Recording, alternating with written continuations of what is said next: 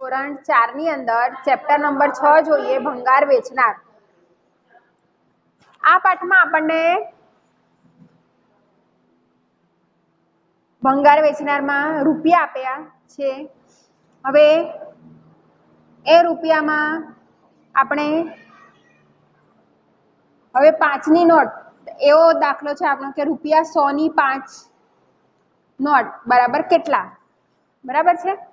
અને પછી આપણને એની અંદર સરવાળો બાદબાકી ભાગાકાર એ બધા જ મિક્સ દાખલા આવશે। એમાં આપણો પહેલો દાખલો છે કે નીચે આપેલી નોટની કિંમત શોધો। તો પહેલું છે આપણો કે રૂપિયા 100 ની 5 નોટ। હવે રૂપિયા 100 ની 5 નોટ એટલે એક નોટ હોય તો 100 રૂપિયા, બે હોય તો 200, ત્રણ હોય તો 300, ચાર હોય તો 400 અને પાંચ હોય તો 500।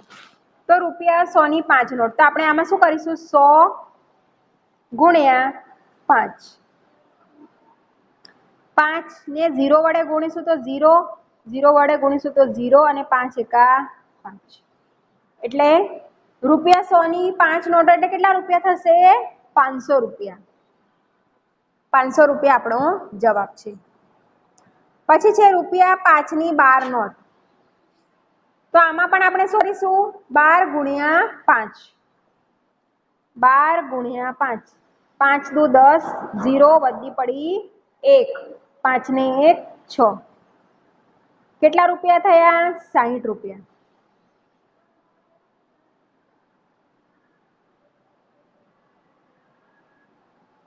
₹60। રૂપિયા 10 ની 15 નોટો। 15 ગુણ્યા 10, એકમની 0, 5 એકા 5 અને એકા 1, કેટલા રૂપિયા થશે, 150 રૂપિયા, 150 રૂપિયા।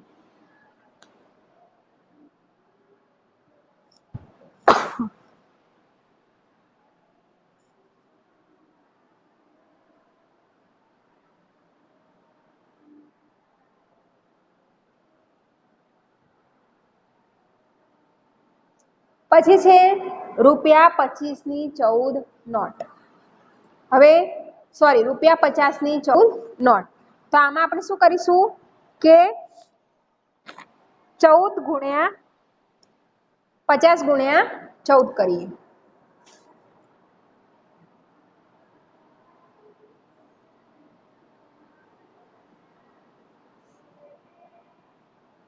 એમાં આપણે ડાયરેક્ટ ગુણાકાર આવડે તો ડાયરેક્ટ કરી શકીએ છીએ, બરાબર। 14 શૂન શૂન, 14 પંચા 70। તો કેટલા રૂપિયા થશે, 700 રૂપિયા। જવાબ શું મળશે આપણને, 700 રૂપિયા।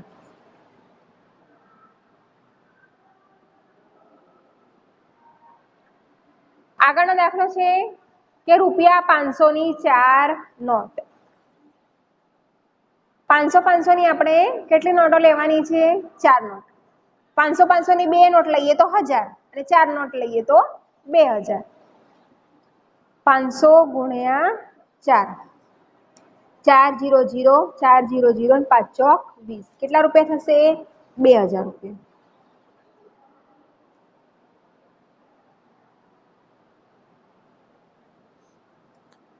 રૂપિયા 20 ની 8 નોટ। તો શું કરવાનું, 20 ગુણ્યા 8, 8 0 0 અને 8 દુ 16, કેટલા રૂપિયા થશે, 160 રૂપિયા। પછી રૂપિયા 200 ની 3 નોટ। 200 ની 2 નોટ હોય તો 400 અને 3 નોટ હોય તો એક 100 ની નોટ વધારે એટલે 500, 600। 200 ગુણ્યા 3, 3 0 0, 3 0 0, 3 દુ 6, કેટલા રૂપિયા થશે, 600 રૂપિયા।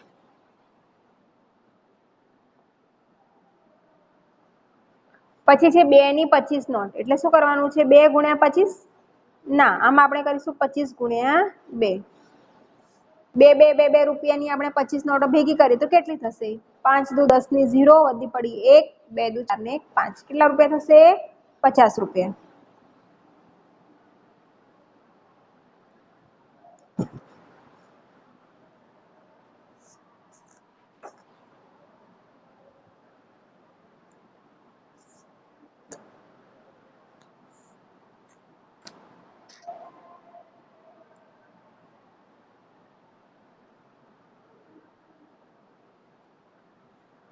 આગળ જોઈએ. રૂપિયા 2000 ની 2 નોટ તો કેટલા રૂપિયા થાય? 4000.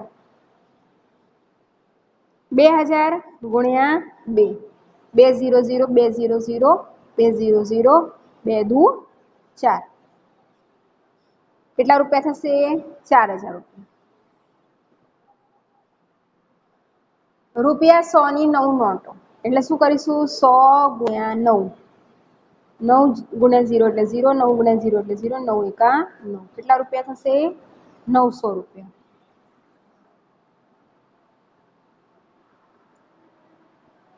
પછી બીજો પ્રશ્ન જોઈએ કે રૂપિયા 50 ની કેટલી નોટો રૂપિયા 300 થાય? આમાં ઊંધું છે. આપણને પૈસા રૂપિયા વધારાના આપી દીધા છે અને એક નોટ છે તો રૂપિયા 50 ની આપણે કેટલી નોટો ભેગી કરીશું તો 300 રૂપિયા થશે? તો આમાં આપણે શું કરીશું? પહેલા તો 300 ભાગ્યા 50 કરવાના. હવે મોટો ભાગાકાર હોય એટલે આ રીતે લખવાનું, એ વસ્તુ આપણે શીખી ગયા છીએ. 300 ભાગ્યા 50 કરવાના. અંશ અને છેદમાં જે પણ સંખ્યા સરખી હોય એ કેન્સલ થશે. એટલે ઉપર નીચેના 0 શું થયા? કેન્સલ. શું આવ્યું? 30 ભાગ્યા 5 રહ્યા. હવે 5 ના ઘડિયામાં 30 આવે છે. 5 6 30. એટલે કેટલી નોટો? 50 ની કેટલી નોટો હશે? તો 300 રૂપિયા થશે. તો 50 ની 6 નોટો હશે તો 300 રૂપિયા થશે. 6 નોટ. પછી છે રૂપિયા 20 ની કેટલી નોટ રૂપિયા 180 થશે? અહીં પણ આપણે શું કરીશું? 180 ભાગ્યા 20. અંશ અને છેદમાંથી 0 0 ને કેન્સલ કરી દઈશું. રહ્યા શું? 18 ના છેદમાં 2. 2 ના ઘડિયામાં 18 આવે છે? હા.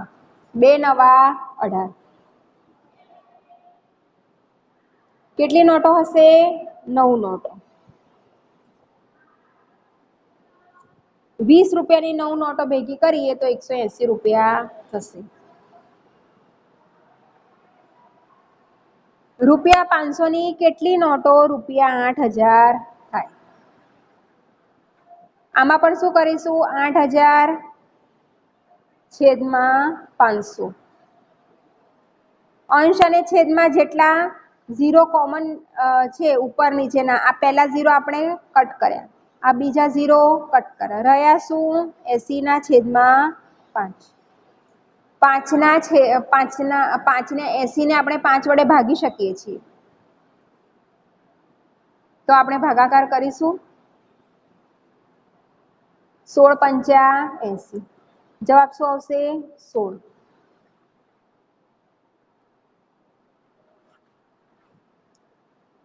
તો રૂપિયા 500 ની 16 નોટ હશે તો 8000 રૂપિયા થશે.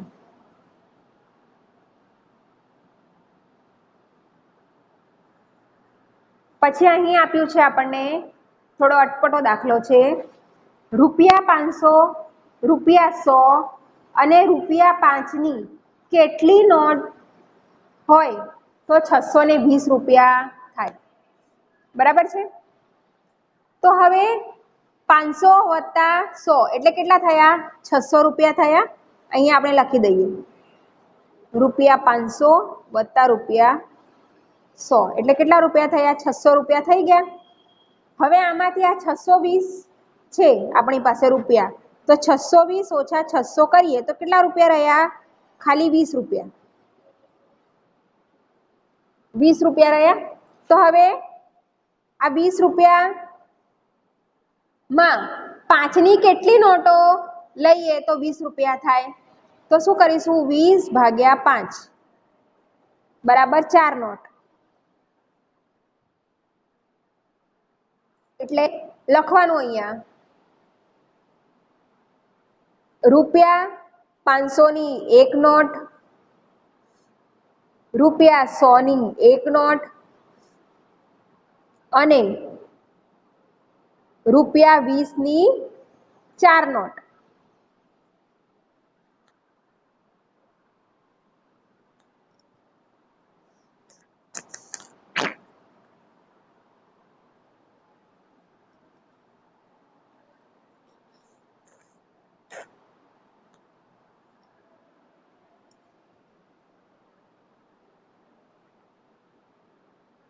હોય તો 620 રૂપિયા થાય.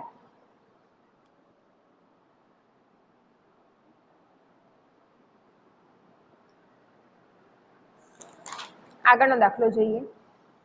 ₹10 અને ₹100 અને ₹50 અને ₹10 ની કેટલી નોટો ભેગી કરીએ તો 230 રૂપિયા થાય.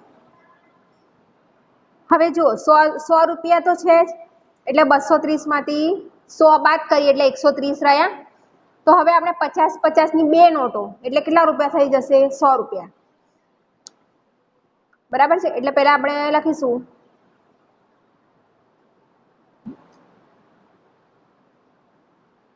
50 રૂપિયાની બે નોટ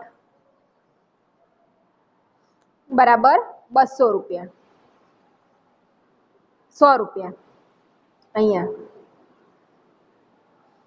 એટલે 100 રૂપિયાની એક નોટ વત્તા 100 રૂપિયા આ બે 50 ની એટલે ટોટલ કેટલા થઈ ગયા? 200 રૂપિયા થયા. હવે આ 230 માંથી આપણે 200 રૂપિયા બાદ કરીશું તો કેટલા રહેશે? ખાલી 30 રૂપિયા બાકી રહેશે. તો હવે 10 ની કેટલી નોટો? તો 30 રૂપિયા થશે. 10 ભાગ્યા 30 બરાબર 3 નોટો. તો અહીંયા લખીશું 100 રૂપિયાની એક નોટ, 50 રૂપિયાની બે નોટ,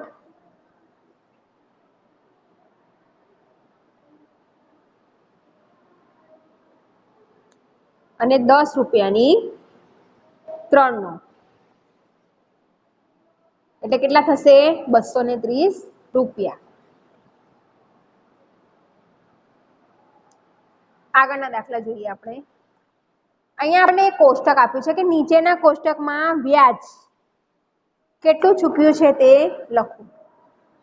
હવે આની અંદર આપણને રકમો આપી છે અને વ્યાજ સાથેની રકમ આપી છે. હવે પહેલી રકમ છે 500 અને બીજી છે વ્યાજ સાથેની રકમ 570 રૂપિયા. હવે આ વ્યાજ એટલે શું છે કે આપણે કોઈની પાસેથી પૈસા લઈએ, ઉછીના પૈસા લઈએ કે માગીને આપણે પૈસા લઈએ કોઈની પાસે, દુકાન કે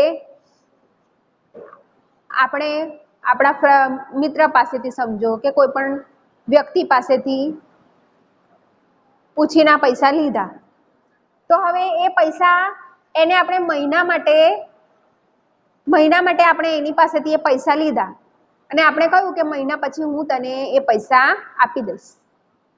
પણ સામેવાળી વ્યક્તિ આપણને જો એવું કે તું મને મહિના પછી એ રૂપિયા પાછા આપ, પણ તારે એ પૈસા તો મને આપવાના જ, પણ એની ઉપર ના પણ મને ધારો કે 20 રૂપિયા કે ધારો કે આપણે 500 રૂપિયા લીધા મહિના માટે અને પછી જ્યારે પાછા આપવાના આવ્યા તો સામેવાળી વ્યક્તિ આપણને એવું કહેશે કે તારે મને 20 રૂપિયા વધારાના આપવાના. એટલે આપણે સામેવાળી વ્યક્તિને કેટલા રૂપિયા? 520 રૂપિયા આપવા પડે. તો આ જે 20 રૂપિયા જે છે એ શું છે? એનું વ્યાજ છે. તો આપણે વ્યાજ સાથે એને કેટલા રૂપિયા આપ્યા? 520 રૂપિયા. એટલે મહિના પછી હું જેની પાસેથી મેં ઓછીના પૈસા લીધા હતા એને હું 520 રૂપિયા વધારાના 520 રૂપિયા આપીશ. એટલે હું એને 20 રૂપિયા વધારાના આપીશ. તો એ શું છે? એનું વ્યાજ છે. 20 રૂપિયા જે છે એનું શું છે? વ્યાજ છે. તો અહીંયા આપણે એવી રીતે દાખલાઓ આપેલા છે કે 500 ની રકમ છે અને વ્યાજ સાથેની રકમ 570 છે. તો એ કેટલા રૂપિયા ચૂકવે છે? તો 570 ઓછા 500 એટલે 70 રૂપિયા એ ચૂકવે છે. પછી આપણને છે 956 અને 1015. તો આપણે શું કરીશું? 1015 ઓછા 956. 1015 માંથી 956 ને બાદ કરવાના, આપણને બાદ બાકી રફ ની અંદર કરી લેવાની. હું અહીંયા તમને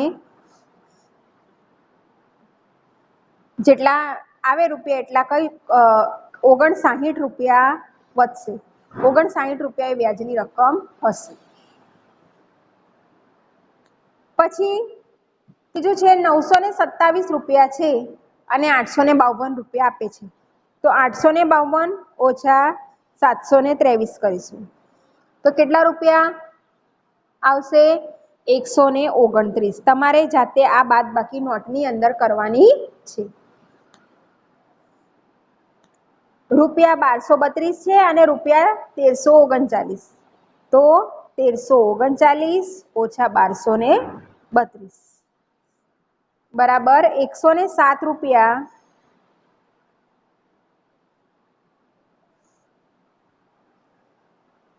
વધારાના ચૂકવવા પડશે. પછી છે 2009 અને 2246. તો 2246 ઓછા 2009 એટલે 237 રૂપિયા વધારાના ચૂકવવા પડશે.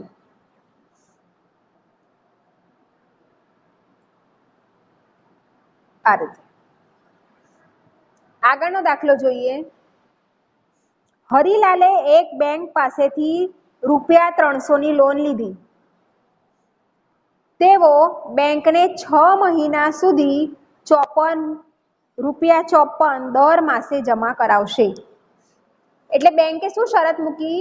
બરાબર, હરિલાલને બેંકે 300 રૂપિયા તો આપ્યા, પણ શરત શું મૂકી કે 6 મહિના સુધી તમારે અમને 54 રૂપિયા 300 રૂપિયા સિવાય 6 મહિના સુધી 54 રૂપિયા તમારે ચૂકવવાના છે. દર માસે 54 રૂપિયા ચૂકવશે. તથા બાબુલાલે એક શરાફી પેઢી પાસેથી રૂપિયા 300 ઉધાર લીધા અને 6 મહિના પછી 360 પાછા આપ્યા.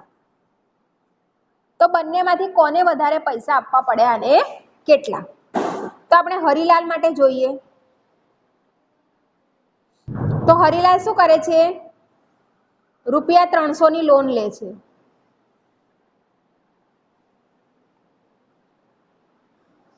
અને 6 મહિના સુધી 1 મહિનાના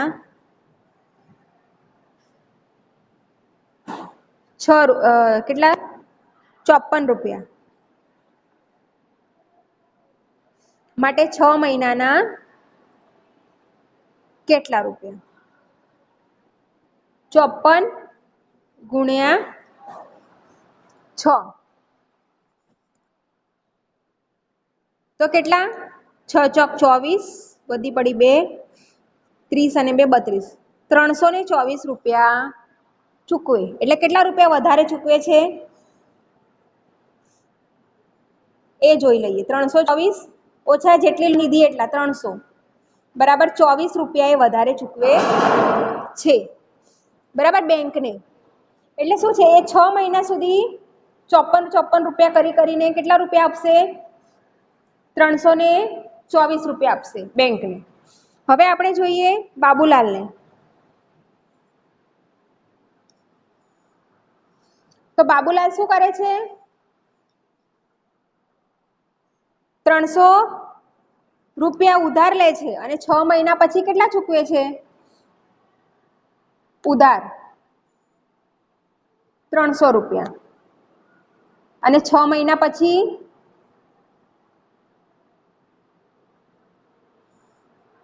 360 રૂપિયા ચૂકવે. તો કેટલા વધારે ચૂકવે? તો 360 ઓછા 300 બરાબર કેટલા? 60 રૂપિયા એ ચૂકવે છે વધારે. તો જુઓ, હરિલાલ 24 રૂપિયા વધારે ચૂકવે અને બાબુલાલ 60 રૂપિયા વધારે ચૂકવે. તો બંનેમાંથી કોણ વધારે ચૂકવે છે? હરિલાલ અને બાબુલાલ. માંથી બાબુલાલ વધારે રૂપિયા ચૂકવે છે. હવે કેટલા વધારે ચૂકવે છે? બરાબર 60 ઓછા 24 એટલે કેટલા આવશે? 36 રૂપિયા વધારાના ચૂકવે છે. કોણ? બાબુલાલ.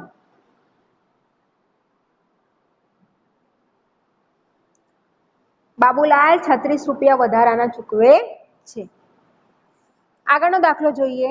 શંકરલાલે એક દુકાન બનાવવા રૂપિયા 6000 ની બેંક પાસેથી લોન લીધી. એક પ્રકારનો દાખલો છે. તેઓ બેંકને 6 મહિના સુધી 1060 દર મહિને જમા કરાવશે. તથા રજનીભાઈએ એક શરાફી પેઢી પાસેથી 6000 રૂપિયા ઉધાર લીધા અને 6 મહિના પછી 6,600 રૂપિયા પાછા આપ્યા. તો કોને વધારે રૂપિયા ચૂકવવા પડ્યા અને કેટલા? તો પેલા શંકરલાલ માટે જોઈએ.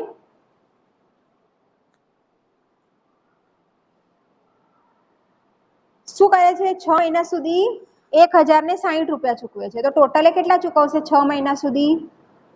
1,060 ગુણ્યા 6 કરીશું. 6 0 0 6 6 36 વધી પડી 3. અહીંયા શું આવે? 3 જ આવે. 6 એકા 6. એટલે શંકરલાલ 6 મહિના સુધી